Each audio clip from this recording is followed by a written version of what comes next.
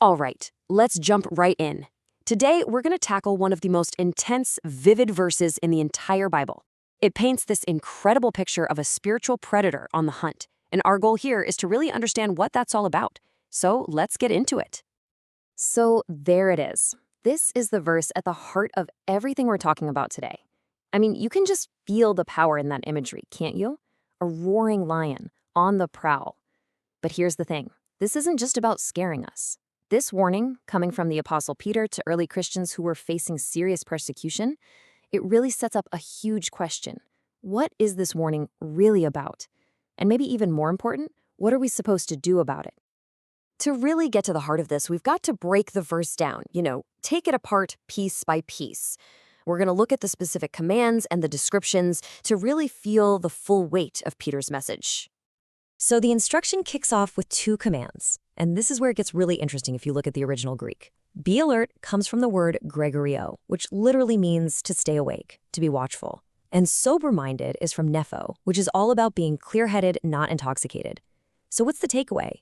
This is not a passive thing. It's a call for active, disciplined awareness, a kind of spiritual readiness.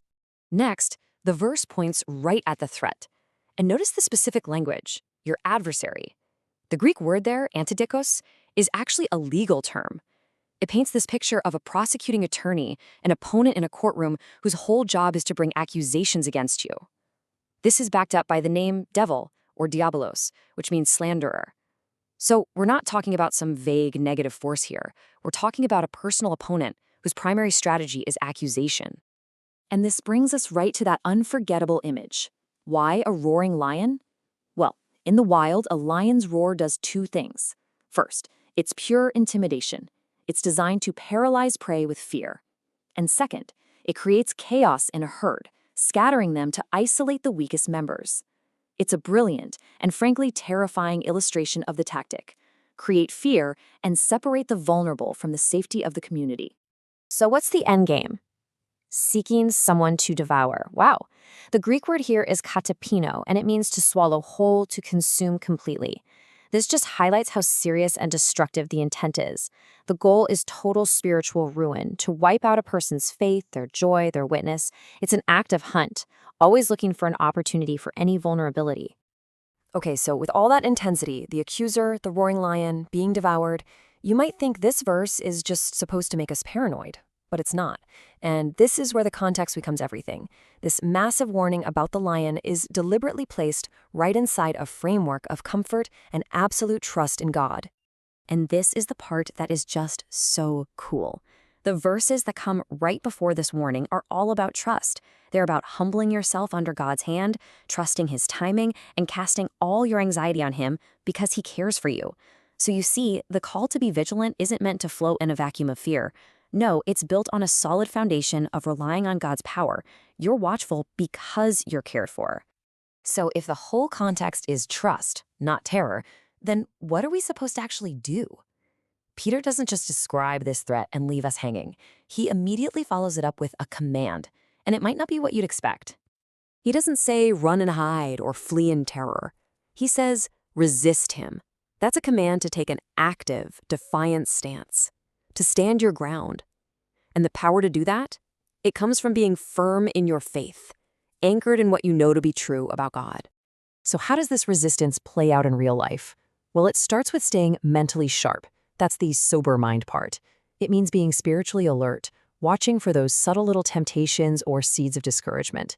It means avoiding isolation, right? Because the lion hunts the one that strays from the herd. And anchoring it all is that command to stand firm in your faith. Here's a modern analogy that really helps me. Think of a computer that doesn't have a firewall. It's just getting constantly scanned by predators looking for any little opening. Well, being sober-minded and vigilant acts like a spiritual firewall. It doesn't mean the threats aren't out there, but it makes getting in so much harder because you've closed the gaps the enemy is looking for. And there's one more piece of encouragement that's built right into the text. Peter reminds his readers that what they're going through isn't unique. The same kinds of suffering are happening to believers all over the world. That just gives you perspective and courage.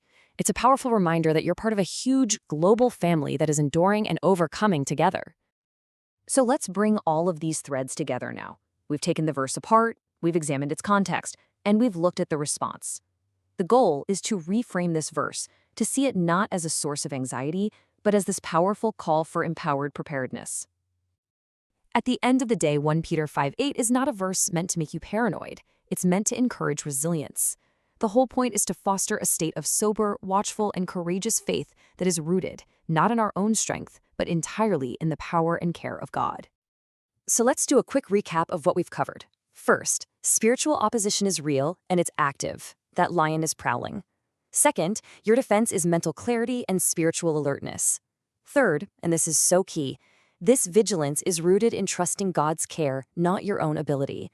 And finally, the proper response is to actively resist, not to be paralyzed by fear. And that brings us to our final thought.